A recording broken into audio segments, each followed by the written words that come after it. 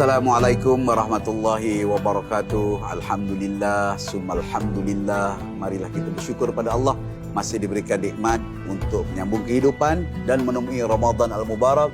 Dan kali ini kita berada di hari-hari yang sangat penting untuk kita lazimi amal yang baik, terutamanya di 10 malam terakhir. Kita teruskan 30 hari 30 ayat dalam usaha untuk mentadabbur, memahami, meneliti Al-Quran dalam usaha kerajaan negeri dan juga TV Hijrah dan semua yang bersama-sama untuk kita menghidupkan Al-Quran di bulan yang mulia ini. Masih bersama dengan Dr. Fakhur Razi dan juga Saudara Qawi. Kali ini kita akan melihat surah Ibrahim ayat ke-24 dan ayat ke-25. Dipersilakan Saudara Qawi untuk mempendengarkan bacaan. أعوذ بالله من الشيطان الرجيم ألم تر كيف ضرب الله مثلا كلمة طيبة كشجرة طيبة أصلها ثابت وفرعها في السماء تؤتي أكلها كل حين بإذن ربها ويضرب الله الأمثال للناس لعلهم يتذكرون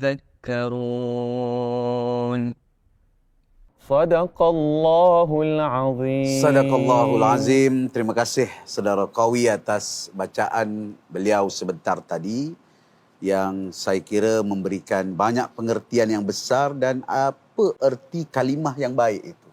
Apa maksud kalimah yang baik itu? Adakah cuma kata-kata yang baik ataupun ada maksud yang lebih mendalam berkenaan dengan kalimah yang baik, yang saya rasa lebih besar daripada pengertian lazim ataupun pengertian literal yang biasanya kita faham tentang perkataan yang baik, Ustaz. Baik, bismillahirrahmanirrahim. Alhamdulillah, Allahumma salli ala sayyidina Muhammad alladzi jaa bil haqqil mubin wa arsaltahu rahmatan lil alamin. Amma ba'd. Kita ni kan 10 Ramadan terakhir kan. Jadi maksudnya kita kena tahu fokus akhir kita dalam ibadah kita bulan Ramadan ini, kita bagi maraton terakhir ni, kita nak ke mana? Maksudnya di sinilah signifikannya surah Ibrahim ayat 25 dan ayat 24 dan 25 ini. Maknanya bahawa apa saja kerja buat ibadah kita dalam bulan Ramadan ini sebenarnya ibarat untuk menanam benih. Yang mana benih itu akan menumbuhkan kalimah yang baik. Maksud kalimah yang baik itu adalah merujuk kepada baiknya Allah dan merujuk kepada baiknya Nabi SAW dan merujuk kepada maknanya sifat baik Nabi itu, adabiah Muhammadiyah itu menerpa kepada kita sehingga kita ini juga sentiasa berkata-kata baik dan orang tidak akan berasa kecil hati, kecewa dan terguris daripada perkataan kita dan perbuatan kita. Maka kalimah yang baik inilah yang disebut sebagai kalimah tauhid. Dan itulah yang disebutkan sebagai natijah daripada ketauhidan. Dan Allah Ta'ala memberi perumpamaan. Dan bila Allah bagi perumpamaan ni, Datuk Seri, dia adalah perumpamaan yang mesti yang terbaik. Perumpamaan yang terbaik, iaitu diibaratkan sebagai pokok, ada 4 ciri. Pertama, pokok itu pokok yang baik, maknanya sering diharapkan semua orang di sekelilingnya. Kemudian yang kedua, baiknya itu bukan sekadar pokok itu baik, maka kedudukannya juga sabitun, maknanya akarnya terpasak ke tanah sehingga tidak akan bergoyah lagi. Dan cabang-cabangnya pula ke langit. Bermaksud dia sentiasa maknanya menginginkan pada memahamkan kesempurnaan, ketinggian motivasi. Okay, dan yang keempat, sentiasa memberikan kebaikan kepada orang di sekitarnya. Maka itulah ibaratnya natijah bagi mereka yang bertauhid. Tidak akan ada lagi yang mengganggu gugat pegangan dalamannya.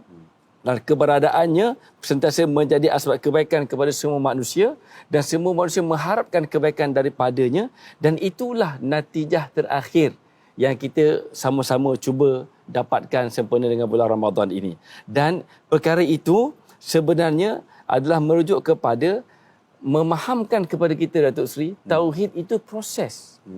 Tidak ada orang yang tanam biji benih terus-terus tumbuh, tak ada. Maka dia kena dijaga, dipelihara sehingga ia membesar dan sebagainya. Maka proses itulah yang perlu untuk kita cermati. Mudah-mudahan Ramadan tahun ini sebagai mungkin permulaan dalam siri yang lebih baik lagi dalam kita menjaga pohon ketauhidan yang Allah Ta'ala sifatkan sebagai kalimah thayyibah ataupun kalimah yang baik. La ilaha illallah.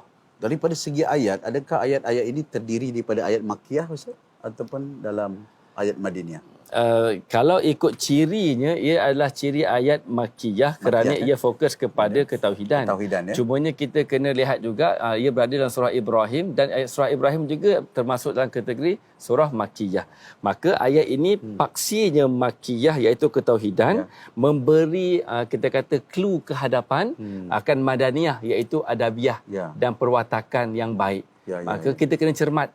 Nanti bila habis Ramadan ni, tidak ada yang terasa hati dan berasa sengsara dengan adanya kita di muka bumi ini. Kurang lebih begitulah. Menarik sebab ada dua aspek. Sama ada aspek kalau kita faham literal, mungkin ia seperti aspek sosial, hubungan kemanusiaan, cara kita bicara. Tetapi bila Ustaz terangkan tadi sangat tegar aspek tauhidnya. Sebab itu saya tanyakan. Biasanya ayat-ayat Makkiyah ini memang ayat-ayat yang menjurus kepada ketauhidan, mengenal Allah, dan juga menguji keimanan kita ataupun memberikan panduan kepada keimanan kita. Ya benar, dan ayat Makkiyah ni juga banyak mencabar keakalan. Pertama nak memahami macam mana metafora konsep pohon yang baik itu. Okey, di situ ada ilmu akidah, di situ ada ilmu fiqh, di situ juga ada ilmu tasawuf yang kita perlu pelajari. Datuk Seri. Kemudian akhir sekali yang paling best, la'allahum yatadhakkarun. Mudah-mudahan mereka itu saling beringat-ingat. Maknanya kena saling memperingatkan, dan siri ini adalah antara perkara ke arah untuk la'allana, mana la'allahu, mana mudah-mudahan kita saling memperingat-ingatkan di antara satu sama lain. Masya Allah, Alhamdulillah, satu penjelasan yang sangat mendalam dan menyentuh kita. Semoga ia akan mengajak kita untuk memahami, mencari tuan-tuan guru, mencari guru. Ayat-ayat Al-Quran yang mengandungi begitu banyak makna dan rahsia yang akan memandu kehidupan kita supaya kita mendapat kebaikan di dunia dan juga di akhirat, insya-Allah. Terima kasih Dr. Fakhur Razi. Alhamdulillah kita dapat mendadabur ayat ini sebentar tadi, dan esok jumpa lagi untuk surah dan juga ayat seterusnya. Sekian, Assalamualaikum warahmatullahi wabarakatuh.